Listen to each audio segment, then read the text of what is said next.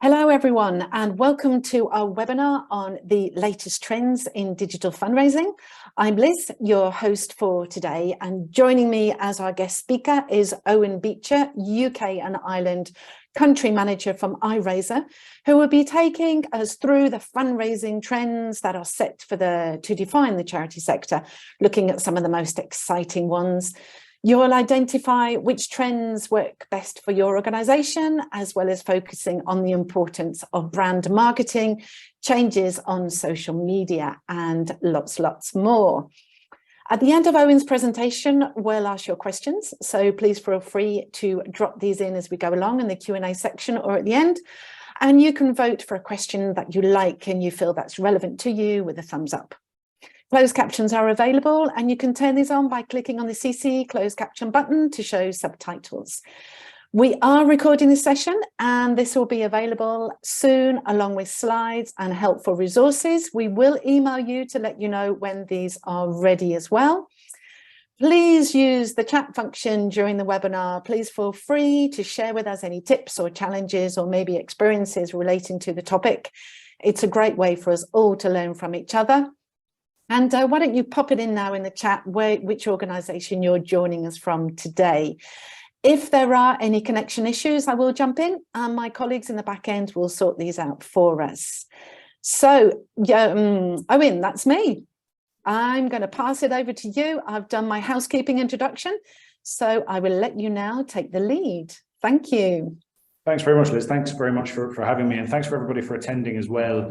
It's really good to see these events so well attended and to see, I guess, people from such a wide diversity of organizations as well, which is, I think, something that's very important, that from a kind of a learning and development side of this sector, that there is a lot of positive engagement, but also that there isn't barriers that organizations of only a certain size can enter. And that should provide us with a really good platform to be able to look through this stuff today. I will apologize in advance. Liz did say there will be some exciting trends.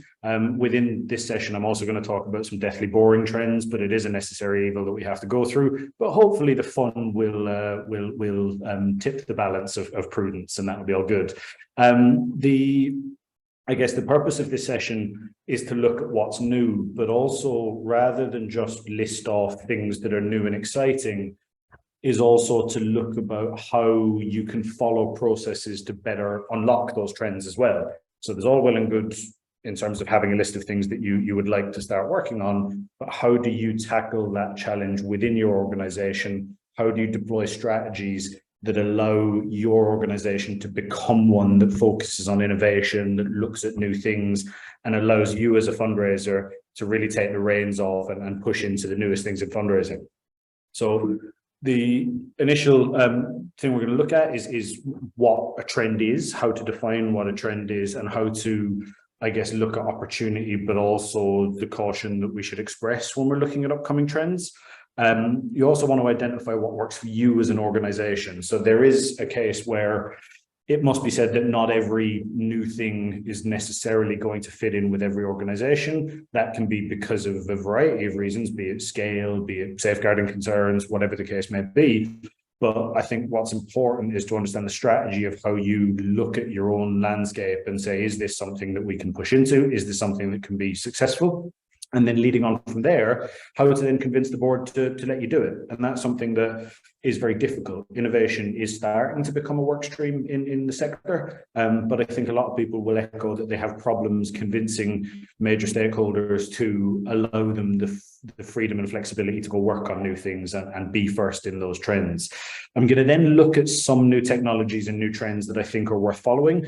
And I've resisted the urge to kind of list off absolutely everything, because this is a webinar, not a pamphlet, but I'll talk about 4 things that I think are fairly universally applicable to the whole sector, which should give a kind of a broad breadth of both kind of big picture and small tweaking type trends and technologies that would be good. And then we'll move on to things like looking at risk. So understanding the risks that go with this type of work, and then looking at practical tools that you can take to get this stuff done. So what type of measures can you make? What advice can I give for getting this from the planning stage into the doing stage? In terms of the first thing we need to tackle, what exactly is a trend? That's a big question for this type of activity. So the definition of a trend is a general direction in which something is developing and changing, or alternatively, it is a fashion. And I think that's an important distinction. That are you looking at trends based on things like growth, things like KPIs, things like measured statistics, or are you looking at trends as something that other people are doing and we should be doing as well? There is merit to both. Sometimes it is as simplistic as saying, you know, somebody's doing something, we should be there. But there's also that process of understanding what that means potentially in terms of risk, in terms of investment, in terms of the possibility that something is trending up or down or being positive or negative. One of the things I will not be advising for this session is that charities go into things like cryptos and NFTs, which without a shadow of a doubt are certainly a trend within the sector, but we're at a particularly volatile point in that section where I think it's very obvious that that's a downward trending element, and fundraising is around that type of area right now is extremely risky and probably best avoided if you're not already well versed in the sector. And that kind of leads on to the warnings of this type of thing. So trends can be hype. They can be things that everybody gets involved in. There can be things that come from groundswell, but don't necessarily follow the process of good fundraising. And we want to be super careful there as well. And then lastly, you know, I'll say this 4 or 5 times within this, some trends are extremely boring, but extremely impactful.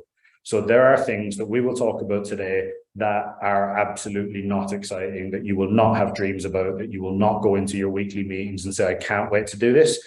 But still, they will increase your budget lines massively, and they will let you do, as fantastic charities, they will let you do far more work and help far more people. And that's important to recognize as well, that this is not just about glitz and glamour. This is sometimes about understanding trends and growth in relatively dull spaces that have relatively fantastic impacts, as it were. Traps to avoid is something that's really important. First and foremost, if you know, have a think about where your trend is coming from.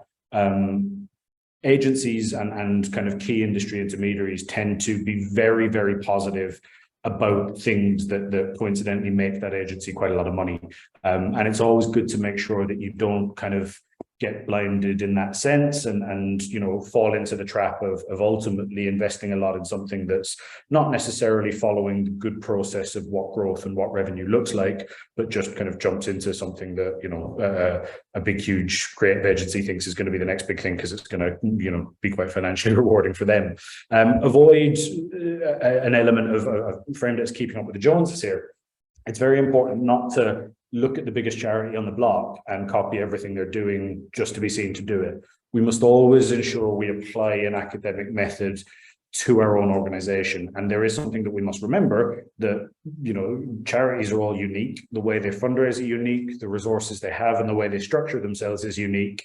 And the audience they have, the people that engage with them, and the reasons those people choose to feel a personal connection to those charities are all unique as well.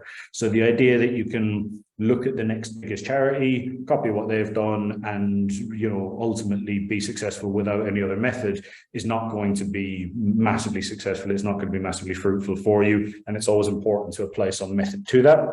And similarly, assuming bandwagoning is an easy thing, there's been a number of trends that you will have seen over the past few years that people, you know, didn't apply any process to and just simply jumped on it on the basis that if this is going well, we should just be there and we'll take the crumbs that fall off. Things like gaming have been massive challenges for lots of organizations. Some organizations have done extremely well in gaming. Other organizations have had major problems in terms of resources, but also in terms of things like safeguarding issues, in terms of the communities they're then cultivating by going into this type of fundraising. And I think one of the problems there is because gaming hit a groundswell and hit a level of popularity, people kind of jumped onto it without considering the risks and the overall user journey that applied for it. And that's something that's super important, that when you're doing this, you're always saying, well, who is our audience? Where is there, you know, potential need for caution? Where is there opportunity? And how do we find that balance? And then lastly, if anybody says to you, we're going to pivot to video, just ignore them. There's been in the digital world for the last like 15 years, there's been some major conference like Mobile World Conference or one of these ad tech or something like that, where somebody's done a keynote speech where they've talked about pivoting to video for the first time. It literally happens every year. If you're not already doing good video, you're 5 years behind.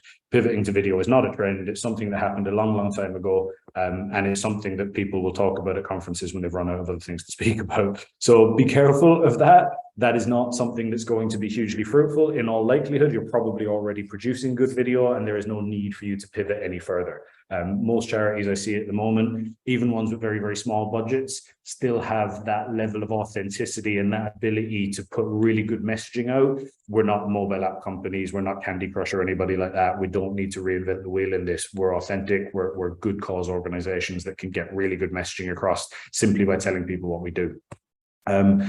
One of the most important things here is how to identify what works for you. And that's ultimately, I guess, the biggest battle here is to understand if you have a method to get things right. And what I want to delve into right now is how that works. So I tend to apply a standard 5-point digital fundraising strategy. And I use this particular slide in absolutely every webinar I do, regardless of what the topic is, because it is absolutely evergreen. So I follow a 5-step process, which is understand, attributes, invest, audience, and stories. That is something that has to be linear. First and foremost, you have to understand what's going on with your current landscape. You have to understand how people are visiting, how people are donating to you, how you're engaging with people, what media you have access to. That's absolutely vital before you do anything, because if you try and do anything else without understanding that, you're working off bad data. The next stage of attribution is incredibly important, because that's the process of translating that understanding that you as a fundraiser have into a report that your finance director or your CEO or your board of trustees can understand. So it's that process of saying, I understand my fundraising. Here's how I then attribute that from a financial perspective so that somebody else who doesn't work in fundraising can have a better understanding of what I'm doing, where value is, and where I should be going next in terms of, getting buy-in for new activity. Once you've done that, you're in a better position to invest. Now, invest doesn't necessarily mean money. It can, but not necessarily. It could mean time. It could mean resources. I'd use a very good example. There are a lot of small organizations here where, many of you will be possibly the only person working in fundraising. And you have a dilemma every day of how to segment your time, how to say, I have 2 hours in the morning, which I'm going to work on project 1. I have 2 hours in the afternoon, we're going to work on project 2. And I also have to deal with inbound support inquiries all day as well. The ability to both understand and attribute what's happening within your fundraising activity will allow you to, A, make better decisions about how you manage your own time, but B, get better buy-in from your chief exec or from your board of trustees in terms of how you then get the buy-in from them to manage your own time as well. And that can go up, that can be scaled up with every organization of every size, from the smallest to the biggest. Once you have a good understanding of your data, your investment strategy, be it time, money, or anything else there in between, will be a lot better. And the idea of this kind of linear strategy is that gets you to a baseline of optimal performance. Once you're at that baseline of optimal performance, then you're ready to say what's new. And that's what we're talking about here. Upcoming trends is all about what's new. So it's how do we get to the point where we're ready to make good decisions about what's new. So that's the audience stage. Where's our next fundraiser, our next donor coming from? Where's the next group of people that care about our organization coming from? And that phase is kind of research, it's investigatory, it's looking at new technology, understanding if it works for you, understanding if it's something that you can realistically commit to. And then at the end, once you've got that process done, you do what fundraisers do best. You tell amazing stories about the amazing work that you've done. But the biggest thing to avoid is falling into a trap of telling those stories to an empty room where nobody's able to listen because we haven't necessarily understood how to reach people yet. So this type of process is really, really important. Anybody who's engaged in fundraising should always not necessarily copy the thing I do, but always try and work on a linear process where they're maintaining that every step of the journey involves a cementing of some data and some knowledge to allow you make better decisions in the next step. And that's super vital, and none more so vital when you're talking about new areas here. As far as understanding, that's really simple. You can ask very, very open questions about that. So, you know, where have people learned about our charity? Where have they heard our name? Where have they seen it written down? Where have they seen our logo? How do they find us? How do they get to us? If they're going to become a donor, what route do they take? Are they, you know, is there a high street shop? Is there a community organization? Do we have a really good website with lots of traffic? Lots of different routes that people can use to engage with charities. And it's very important to understand them, because not everything is trackable. Not everything is something you can read from a report. You as a fundraiser need to make decisions based on assumptions of support or journey, as well as trackable data. And that's important in the way you meld that together. You're looking at what type of conversions you get. Are people, you know, converting? Are they very good at donating on a regular basis? Are we looking at a lot of one-off gifts? Are we looking at a lot of kind of community and events work? The type of way you receive money should dictate a lot of the way you understand your growth as well, because you understand what your existing audience is doing, you understand how they're behaving, and you understand where you're likely to be able to increase value with those people as well.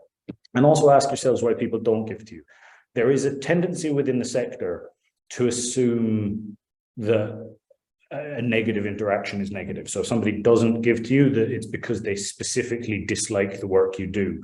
Or if they cancel their direct debit, it's because there's a problem and they've not liked something, they've disliked your messaging, or they're never going to come back. And I think if you go and talk to donors, that's fundamentally untrue. Most of the time, direct debit cancellations, you know, when you do surveys and stuff, will produce results like, oh, you know, I do 3-year cycles where I switch charities, or, you know, I just couldn't afford it, it's cost of living crisis, all of these type of things. None of those are people being angry at you, but it's important to understand where that kind of exists, because it will allow you to better build products that solve those problems. So if you're constantly thinking about, you know, people not giving because they hate you, you've probably been reading the Daily Mail too much, but you're also not actually dealing with the reality of why they're not giving. They might not be giving because they want to pay with their American Express card and you don't take American Express cards. And it could be as simple as that. You have people coming in searching for you all the time that aren't necessarily donating. And that's a big question. A big understanding of that will help you fundraise even more. And that's something that's huge. So you're going to have a lot of different touch points. And the two big questions are how do people find out about us and how do they find us? So that's one point, is where they learn about us, and the next point is what physical route they take to get to us. And this will lead massively into letting you understand where you can lean into with new technology. So you can see lots of different potential touch points there. All of them do very different things, and all of them report in very different ways. If you're featured in a major newspaper, you're probably going to get a lot of traffic coming through Google searches and things like that straight after that. That's going to be really important. It's not necessarily something that you can immediately track, but being aware of that journey is important. On the other side of things, if you're going through Facebook products, you can track almost everything somebody has done. So you'll have a really rich understanding of what your traffic is doing, how people are behaving, and how you can make tweaks and pull levers to increase revenue. And that's something that's got to underpin these strategies. When you're looking at onboarding a new trend, a lot of the time you're going to be looking at doing it in such a way that limits your risk as best as possible. And I'll talk about this a little bit later. But that limitation of risk often comes with the ability to directly control, effectively turn on the tap in terms of traffic. And that's where, I guess, understanding this landscape comes in, because you'll understand when launching a product, we can do a media plan that doesn't necessarily rely on investing lots of money in out-of-home advertising. It doesn't rely on being featured in a major newspaper or a major news website. It's all about looking at sustainable growth based on things we can control. And that's going to be super important long term for these processes. From an attribution model, this is, like I said, the process of getting this understanding of what your donors are doing and translating it to a form that your finance director can read. So the most important thing here is not to say there is one attribution model that should be used for everybody. That's not true. Lots of organizations have different resources available. So find an attribution model that makes sense, suits your audience, and gives you the closest possible way of getting to truth. You're never going to get 100% true, but gets you as far there as possible. and choose and stick to that attribution model. Enforce it as rigidly as you possibly can. Never make excuses. Never let a team who's, struggling to hit their KPI target move some money from one thing to another. You must stick to a single version of the truth with attribution, because that's going to allow you to make much better decisions about how you launch a new product and how you ultimately optimize your existing spend. I would also recommend limiting KPIs that you share. Not everybody needs to know everything. I once took a holiday in December, and while I was on leave, I had some Facebook ads that were scheduled to go on. Obviously, Facebook ads, people will convert at a much lower rate, which meant the bounce rate went much higher. And there was wide scale panic because I wasn't there to tell people that it was totally fine and totally expected behavior. So if you're sharing KPIs with people and those people don't understand those KPIs, or they're not meaningful, they don't allow good decisions to be made, then just cut them out of the reports. There's no need to be overly kind of belt and braces with absolutely everything you do. Make sure that the particularly SLT, they can understand the type of reporting you give them. And that's really, really important in attribution. You're producing something that allows SLT to see the work that you're doing, recognize whether it's good or not, and invest more in you when they can easily recognize successes you've had. And importantly, also losses. If you fail at something, if campaign doesn't work, tell people, because they're not going to do it again. If you put your hand on the cooker top, you're going to learn not to do it again pretty quickly. And that's really important in fundraising as well. If you try something and it doesn't work, embracing that failure is hugely impactful for making sure that your future decision-making process is more thorough and limits its risk, because you already know things that haven't gone so well. And that's something that's absolutely huge. And that, once you have that process in place, it leads on very easily to get buy-in, because we've now done two processes: one where you understand your landscape yourself, and two where you've now translated that landscape and sent it to your senior stakeholders in such a way that they now understand it and they agree with what you're doing. They know you're doing things that are good. So the process you need to follow now is find out who you're asking for money, produce that meaningful data. I would also recommend that you collaborate a lot. So in each new process you're doing, if you're a digital fundraiser, think about what other teams will benefit from the work that you're doing, but also think about what other teams would like to work on it. And you'll find the level of organizational buy-in you can receive from a collaborative project is much higher than one where you set yourself up as an island. And that seems pretty simple, but you'd be surprised the amount of people will kind of, for very innocent reasons, maybe lack of confidence in a new product, they won't want to necessarily bring it to other teams just yet because they're not sure it's working. Well, that might be prohibitive in and of itself. Bring other people in early, get more opinions, get more skills and expertise, and get more of the organization excited about what you're doing. And that will allow you to be more confident about the money you're going to make. I would always say, there's no need for caution. If you are going to invest some money with the hope of raising funds off the back end, tell people, this is how much I want to raise. This is how much I hope to make back from it. There's no need to cut that down or to try and manage people's feelings. Fundraising is important. It's one of the most important processes a charity can do. It's sometimes neglected or ignored because people think it's a dirty word, but no, go out there and be bold. I'm going to do some amazing work and it's going to produce an amazing return that will allow us to directly help people. And that's something that you should be, screaming from the rooftops. The next slide I'm going to go on to is one of my favorite things in terms of budget activity, and that's divisional underspend. And I've called it a pot of gold here, and it really is. So underspend is fantastic. Lots of teams within your fundraising department have to over budget. They need to plan for emergencies. They need to plan for worst case scenario in terms of capital expenditure. Digital fundraisers and largely individual giving fundraisers, they can treat a lot of their budget like a tap that they can turn on and off, and they very rarely hit a saturation point.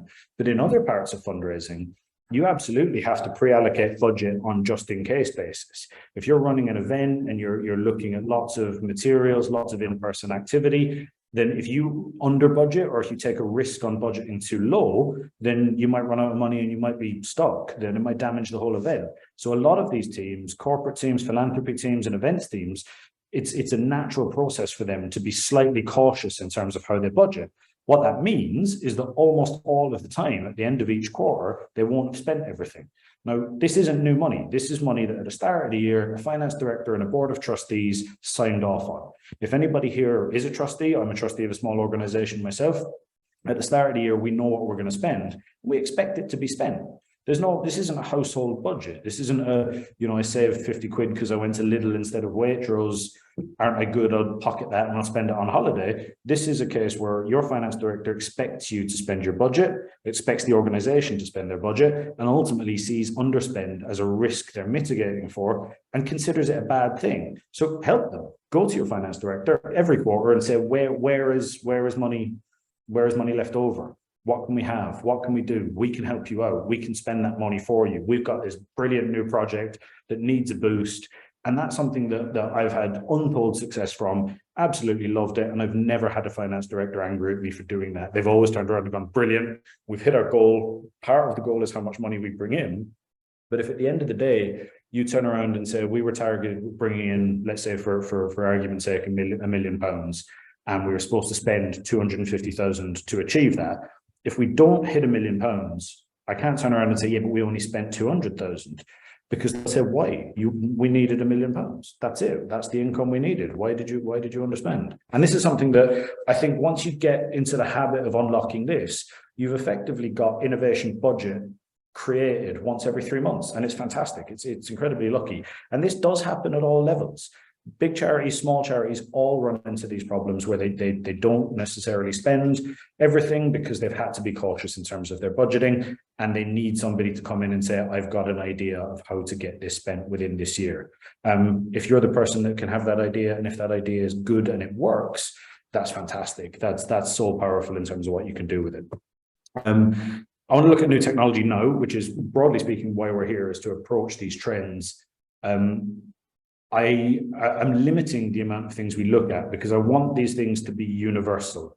I want these things to be things that everybody can access, that everybody can work with, but also that are scalable up to the highest level. What I don't want to come around and say is that, oh, you know what, they've got new interactive screens on the tube, you should buy them because, 3% of the room can afford to do that. Those might be new trends, but they're not new trends that apply to everybody. For this technology, I want stuff that can, help the sector as a whole. Some of it is boring, but will make you money, I promise. So I'm going to start off by looking at e-wallets. Now, this is not glamorous. This is a payment type. This is Apple Pay or whatever the case may be. E-wallets are incredibly impactful. They make fundraising so much better, and their growth is rapid. And the level of impact they will have on your ongoing fundraising is enormous. The pre and post COVID growth between usage of various e-wallets is like 900%. That's rapid increase in the amount of people that are using them. But I would argue that that's not necessarily just transfer from, I used to pay with credit card and now I pay with Apple Pay.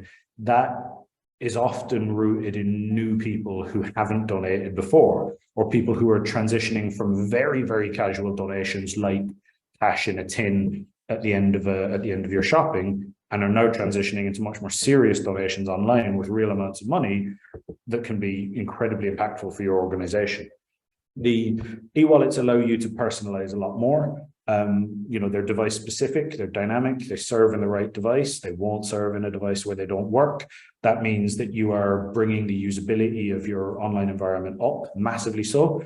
They allow for one-click donations, which again, part of the transition from, that point of sale donation where people drop a few quid in a tin, which is a very easy thing for a donor to do, versus filling out a form, it's jarring. Whereas if you can switch to a digital environment that allows extremely seamless one-click donation environments, you're going to have a massive, massive, massive level of growth there as well. We're also looking at data-free fundraising.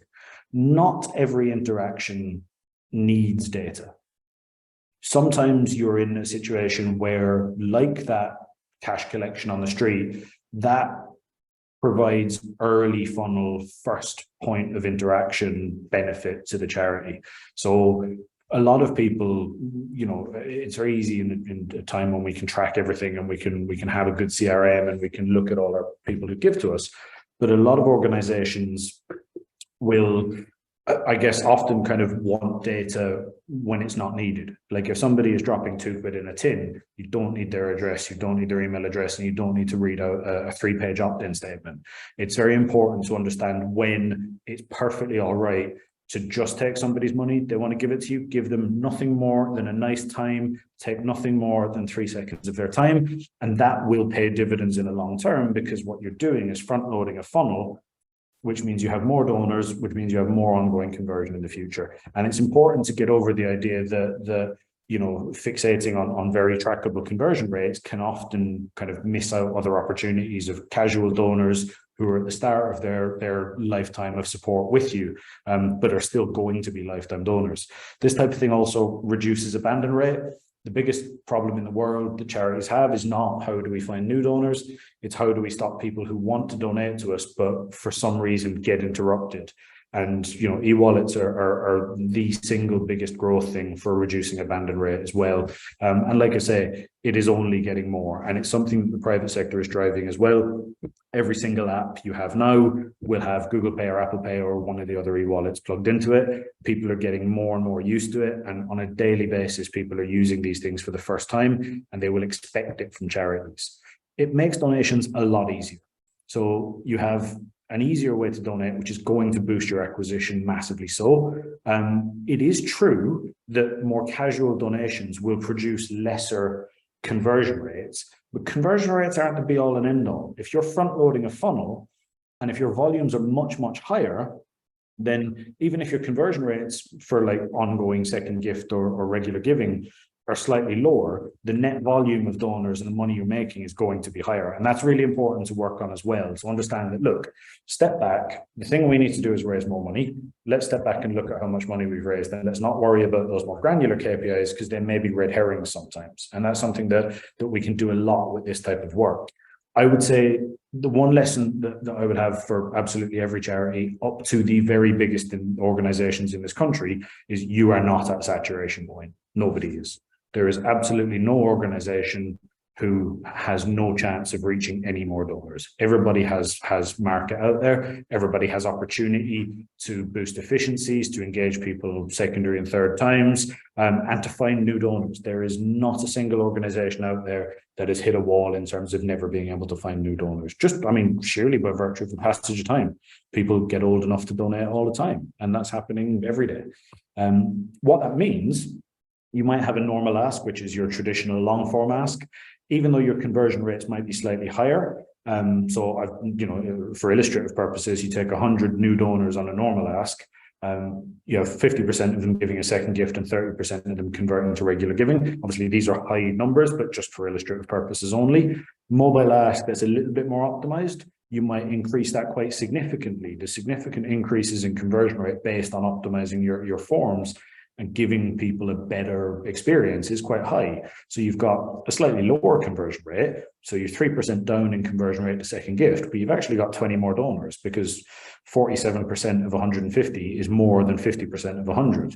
And then you go down to one click ask, which you assume is a very easy donation environment. You might tank the conversion rates, but you've got many more people at the start of your funnel, which means the net value of second gift donors and regular giving converters is much, much higher, and you're going to be making more money. So don't be afraid to understand when you can lean into lower conversion rates, if ultimately they're going to drive more donors in the long term.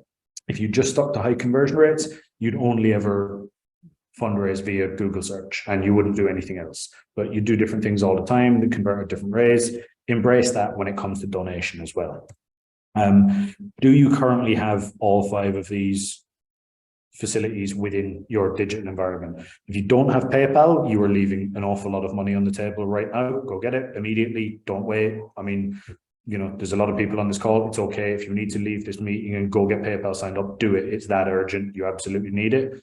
Google Pay and Apple Pay are the major growth e-wallets at the moment. They are very, very important. And then the 2 newer ones that are slightly less big market share at the moment are Amazon Pay and Microsoft Pay. Microsoft Pay, it's debatable based on where they are, but the assumption is because Microsoft are acquiring lots of video gaming companies, if you're looking at donation environments within the gaming space, you will need Microsoft Pay. And Amazon Pay, I won't spoil one of the next slides, but Amazon Pay is going to be incredibly important for some of your donation environments in the future. Like I say, there's no extra cost to having these facilities. It's just filling out forms and making sure that you've completed them. There's no investment needed. Just go get them. It's super important.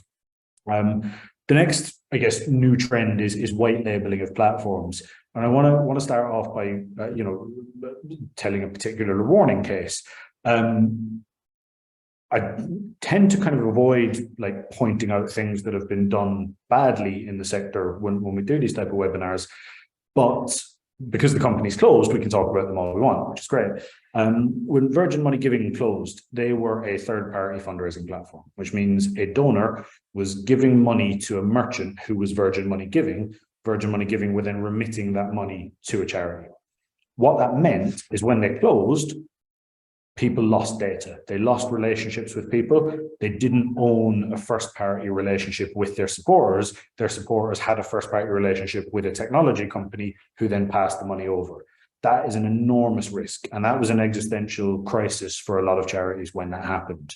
What's available now is the ability to white label products, to have your own branding and your own first-party merchant services plugged into that. There was a time when doing something yourself was cost prohibitive, where it was completely too expensive. You'd need in-house developers, you'd need designers, you'd need a UX team. If you were a smaller charity, you just weren't able to do it. That's not the case anymore. You can buy in your technology pretty cheaply from lots of different companies, but you can own the branding and you can own the relationship with the supporters. That means 100% of the data is yours. You don't need to deal with third-party opt-ins. It reduces your risk of ever having problems with data protection legislation.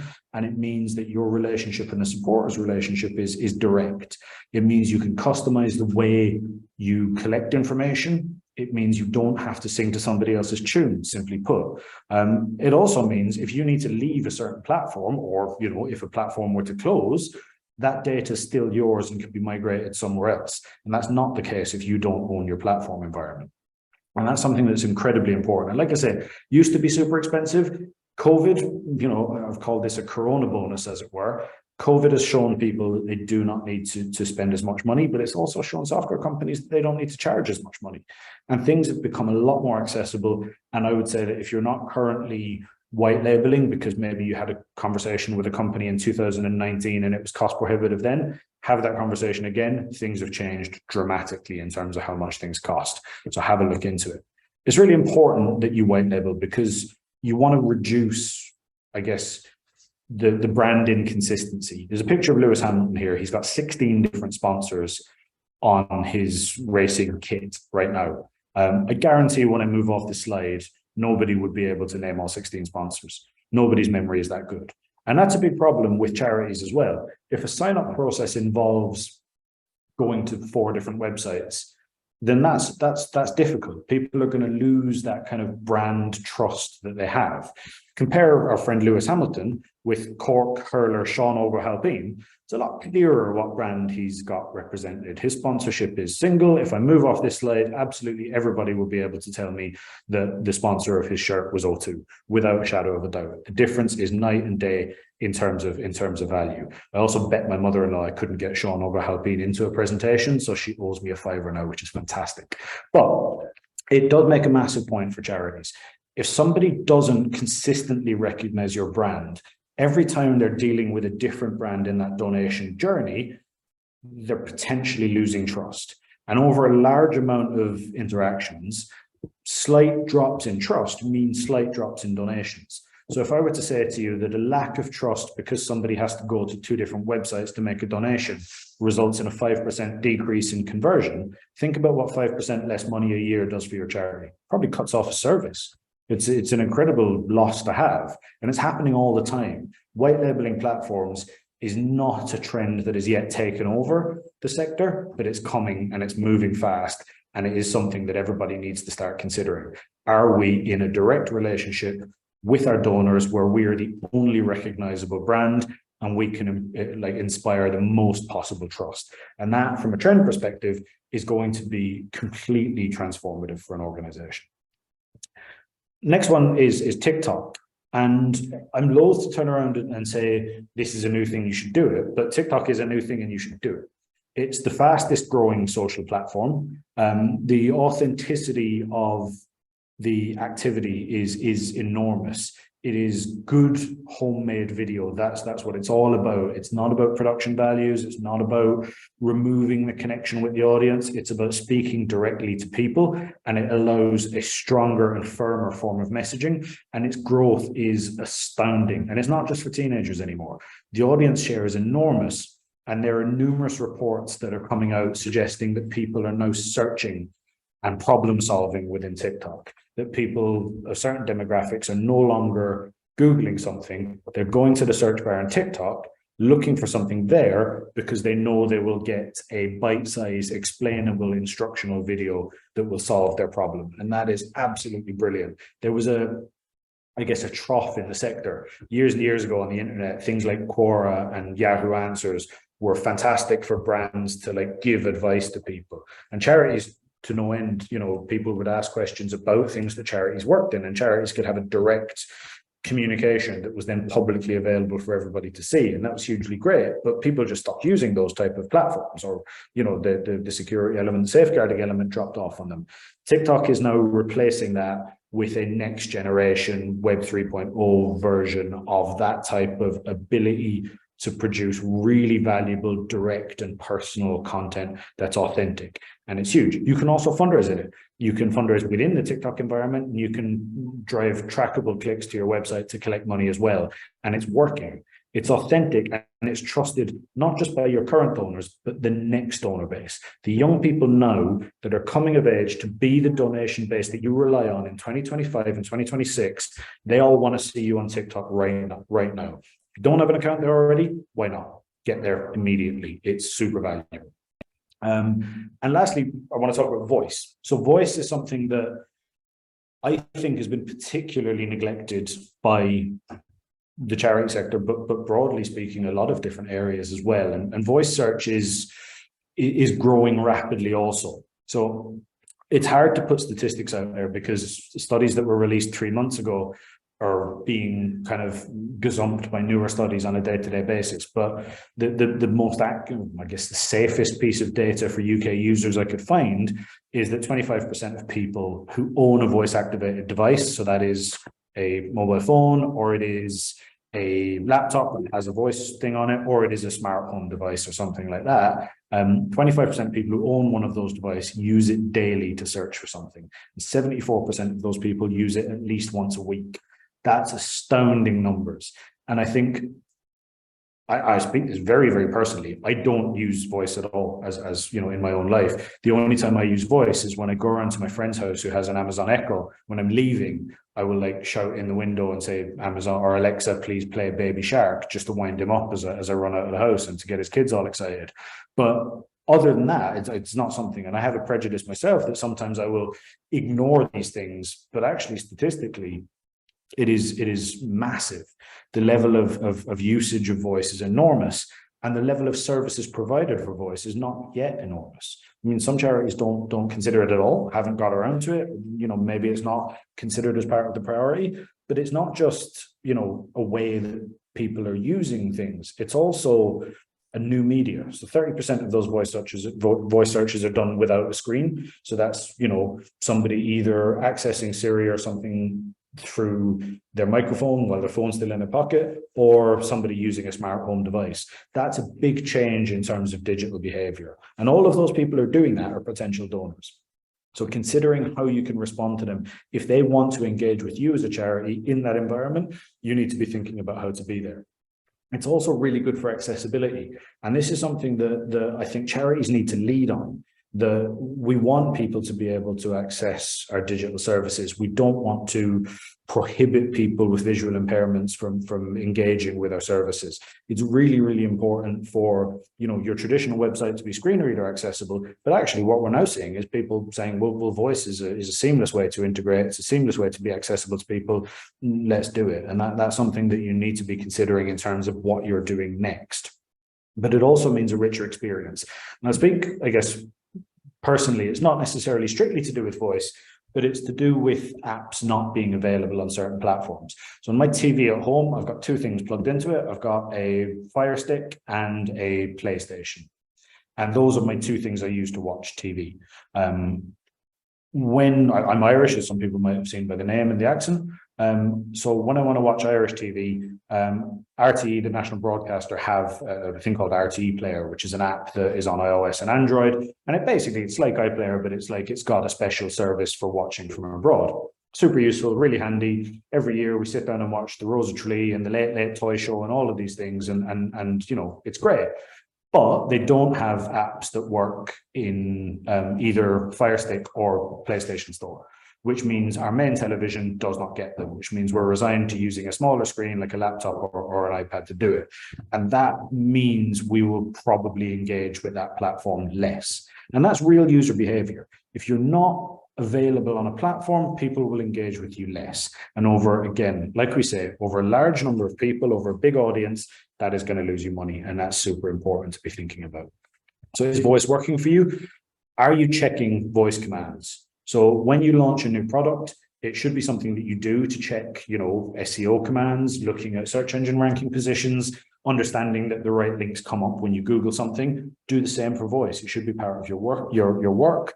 Ensure that your colleagues are aware of that as well. So when you're talking to people, you know, maybe it's a case where you look at engaging with the accessibility champions in your organization, where you make sure that somebody's talking about voice, not just from a, we could make a few quid from this, but it's also something that we should commit to from an accessibility space.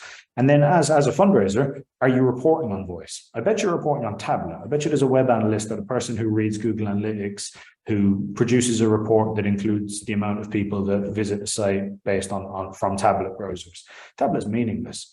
If it's sideways, it's a laptop. If it's portrait ways, it's a mobile phone, just a big one. It's not a meaningful distinction in terms of reporting. Voice is, because it's a dramatically different form of user behavior. You absolutely should be doing it. And if you want to get to the next stage of being first for new donor audiences, it's something you need to jump on straight away.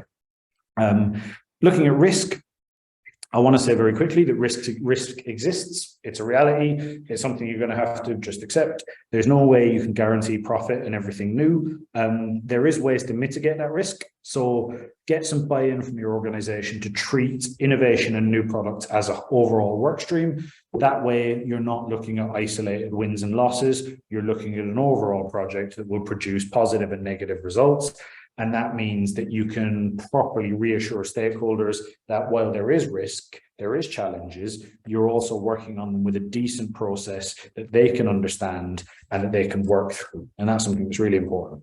I would say for everything you do, try and produce return on investment, return on ad spend measures against them, and invest and grow at a safe pace. So I normally look at a ratio of maybe 50, 40, 10, so low, medium, and high risk. That means that you can effectively use low risk, high return products as a credit card that supports your new activity. So that 10% of new and innovative high risk channels means you've got a guaranteed work stream where you can constantly do those and you're not going to cause any problems. Your finance director is not going to kill you. It's all going to be fine. When you are doing things, make sure when you get stakeholder buy-in that you agree criteria to end a campaign immediately. So you want to be able to stick to this. You have set measures that you define as not being successful and stick to those, because people can get, you know, they can get nervous, they can get edgy, particularly if other campaigns aren't working as well. And one of the problems you have is new products and innovative products don't get enough time to mature properly because they're first to go if something else hasn't gone right. So if you've had mass participation event has earned 20 grand less than it did last year. Okay, turn off voice search. Well, that's going to be a mistake because you're artificially prejudicing voice search and you're not getting good data from it. So as part of any planning you do, one of the key requirements should be, what does our point of switching off look like? And put that and set that in stone and stick to it with all stakeholders. Super important that we do that. And then in terms of launching new things, this is pretty straightforward. Can you prove it to yourself? So do you have the data that suggests it's going to be good? Do you have the time, the skill, the money? Do you have the personnel to do it? There's no point doing something if you're only going to be able to do 20% of what you're trying to achieve.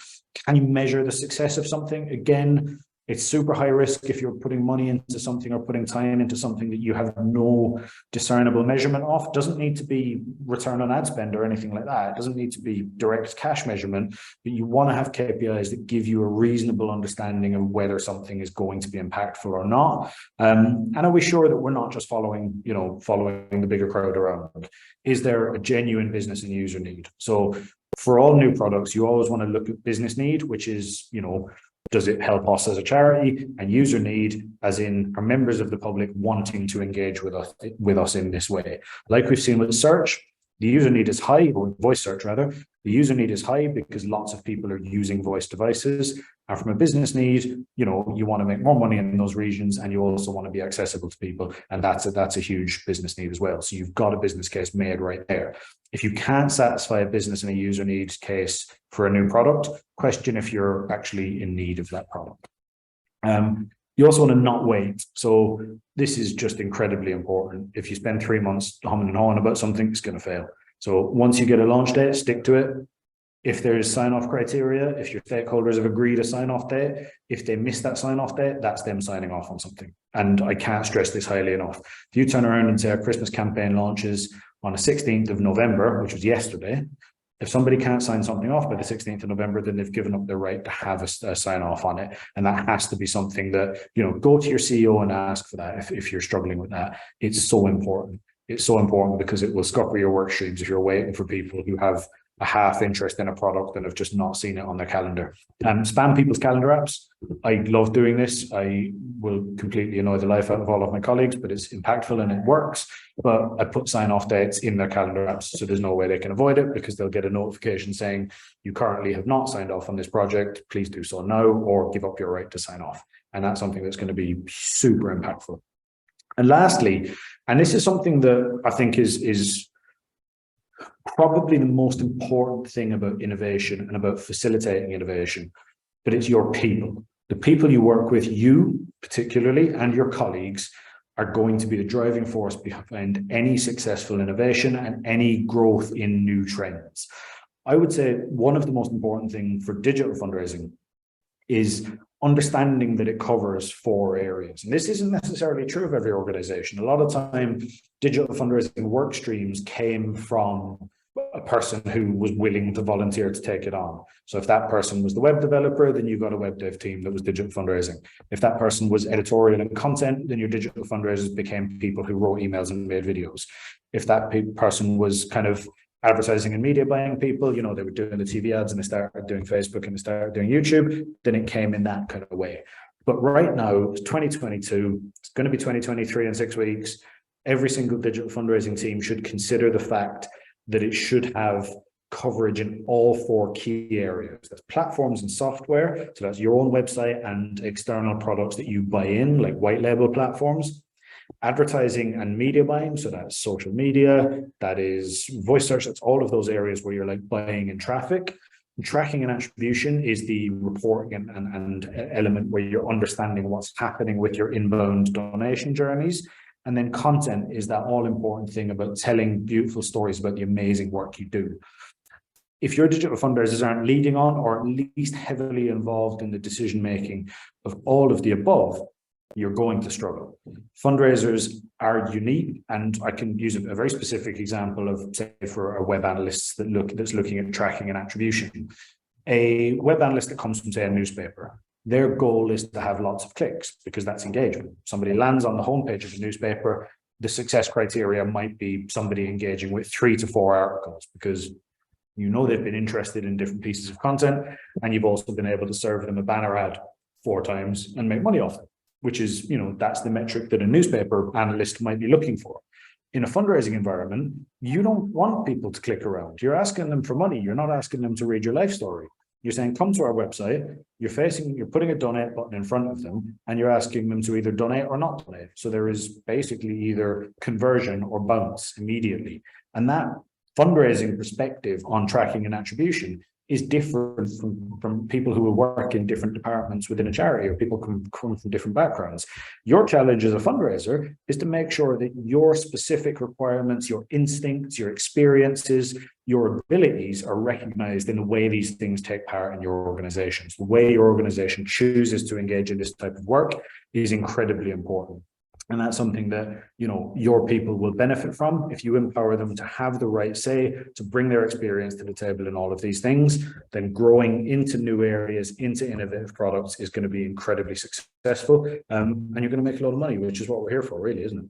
But that's us. We're looking at our conclusions. The 4 key trends that I would recommend everybody jump into: voice activity, white label, get onto TikTok and go make sure you have all those e-wallets in place immediately. Make sure you have that innovation process. Stick to your guns, be brave, be bold, and then just, make sure that your teams are empowered to make those decisions and have that right input. There we go. Thank you very, very much for the attention today. I appreciate we've got probably a few minutes if there is any questions before we get cut off. But yeah, thanks very much, everybody. Owen, that was brilliant. Thank you. That was so many really amazing takeaways on that one. Yes, we do have some questions. Let's move over to those. We've got Alexander who says, excuse the ignorance, what is an attribution method? So an attribution method in simple terms is deciding where a donation came from. So say, for example, you have somebody who has Googled you, they've clicked on a Google ad and they've made a donation. You will have a finance report that says that is a donation that came from Google. In simple terms, the attribution method is where you decide to assign that. So there is one attribution method will be called last click, and that is where you look at the last time a click took place and you assign the money to that. So that person clicked on a Google ad, they made a donation, that's a Google donation. In another scenario, you might actually know something more about that donor. So you might know that they initially clicked on a Facebook ad, then they left, and then they came back and Googled you, and then they donated. And you might say, well, Google wasn't the decision-making process, Facebook was. So instead of having a last click attribution model where we just look at that Google click, we're going to go second to last click because we think that made somebody make their decision.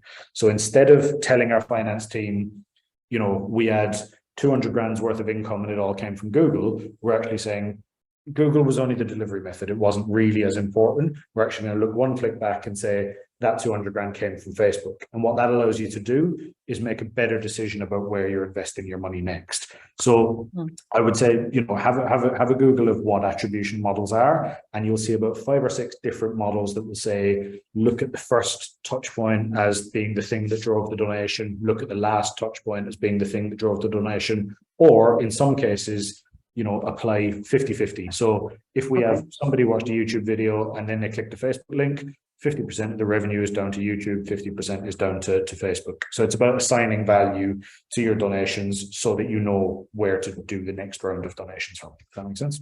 Yeah, no, perfectly. That's a great answer. Very in-depth. Thank you. Megan is asking, how would you suggest implementing e-wallets as an option on a website or for in-person donations? I guess the most important thing is to have them engaged within your website in some way, shape, or form. White label platforms should have them. All major e-wallets are accessible through a platform like Stripe, which is a fairly standardized payment processor right now. You can also sign up directly and it would just be a case of placing a bit of code, or anywhere in between. There's lots and lots of different services. But like I said, most white label platforms will probably beat your door down telling you to get them on site. The only thing that you need to do directly is PayPal. In that case, you just go to PayPal and sign up as a charity. If you sign up with PayPal, aside from just being able to take donations through PayPal, you also benefit from PayPal giving funds. You can raise money on eBay and stuff like that as well. So it's more free money. Okay. Great. Mary is asking, we've been looking closely at the People's Fundraising platform, but as a small charity, we have zero resources to set this up and implement. Do you have any top tips as to how we can move this white label platform forwards? I guess it's, I mean, with everything, you need to be able to find those resources. Now, that may not be a case of having people in place that have the time to do it. You may not have any money to do it, but I would look at, there's a lot of movement at the moment to do things like engaging trustees and volunteer networks. And there is a lot of volunteers in the market that have technical specialities that want to help, but traditionally might struggle to do the things that normally volunteers do. Whereas going out there and looking at potentially recruiting somebody who has some basic level of online and website skills, that might be the person who can then come in and handle all of that for you. I know certainly, like the organization that I'm a trustee of, all trustees are expected to do a lot more than just turn up to a board meeting. They're expected to contribute some active skills. And that is, I mean, that is a new movement. That is something that's very, very important as well. There was a lot of time when being a trustee just meant get somebody who has an MBE and wait for the profit to roll in. It's not that anymore. It's very hands-on now, isn't it? Yeah. Yeah. Okay, thank you. Vicky is asking recommended white label platforms in addition to iRaiser, of course. Of course. I guess it depends on what you're looking to achieve with direct, as in with direct fundraising. You've got a bunch of different ones out there. So People's Fundraising was just mentioned. You've got the likes of Enthuse, GoDonate, that all sit in the market. So there's a fair few of those out there. If it's events, you've got a lot of options with events. So, I mean, we've been working the event space for years, but you've also got the likes of GivePenny that do a white labeling service as well, and a bunch of other new kind of, I guess, new innovative people that come into the market almost on a daily basis. Look outside of fundraising as well into, I guess, if you're trying to achieve things like campaigning growth as well, then you've got a lot of opportunity in the broader tech space to find white labelers that are desperate to work with charities, that don't traditionally work with charities, but will have corporate social responsibility budgets that might give you stuff for free. So that related search button on LinkedIn is really, really useful for that. You find one company, click the related search, and you find all the companies that like it. Brilliant. Okay, we've got time for one last question, and we do have one last question. So what are your thoughts on Instagram Reels, the alternative to TikTok? We are already stretched as it is with other social media platforms, so it would be more beneficial to stay on the same accounts, but use Reels as Instagram are looking to push videos. That's a really good question. It is. I mean, people will often joke about Instagram Reels being TikTok for grown-ups, or being TikTok 2 months later. But what I would say is that probably the hardest thing you have in terms of engaging with a social platform is content. And Reels and TikTok, video format's almost exactly the same, video length. Okay, you can do slightly longer videos on TikTok, but if you're producing content for Instagram Reels, it can go with the click of a button onto TikTok as well. So you can engage on both platforms. From a moderation point of view, I would say if you're not doing anything that has any particular safeguarding concerns, then it's not too big a strain. If you are doing something that has safeguarding concerns, then you need to treat moderation professionally anyway, because you might be dealing with service users. Products like Conversocial are really, really good for taking all of your social accounts and putting them into one dashboard so that you can have your team basically log into the one place to respond to comments, to escalate things that might be service user requirements and things like that. So there are products out there for sure that are incredibly useful. But I would say that the big strain with any of these platforms is producing the right content. So if you're doing Instagram Reels, it shouldn't be massively time consuming to upload those videos to TikTok as well. And that's going to be the 80% of the work is producing the video in the first place. Yeah. Okay. Great. That's yeah, we've just gone over just by a few minutes, but that was absolutely amazing. Owen, thank you so much for taking the time to doing that webinar. It was so interesting. Just a quick, oh, by the way, I hope your mother-in-law does pay you the £5. Yeah, I mean, I'm going to need the recording of this so I can prove yes, so you can send it on to her, yeah, as evidence. Just a quick heads up, everyone. We've got a charity digital question and answer focus group on how to get the most out of your membership on Monday, the 21st. So that's next Monday. And we've got another webinar in 2 weeks on the biggest risk to charities and how to prevent them. So that's it for another day. An enormous thank you again, Johan. It's been really great and so impactful. Thank you for our audience for joining us, and we will see you again soon. Goodbye for now. Thanks, guys. Cheers.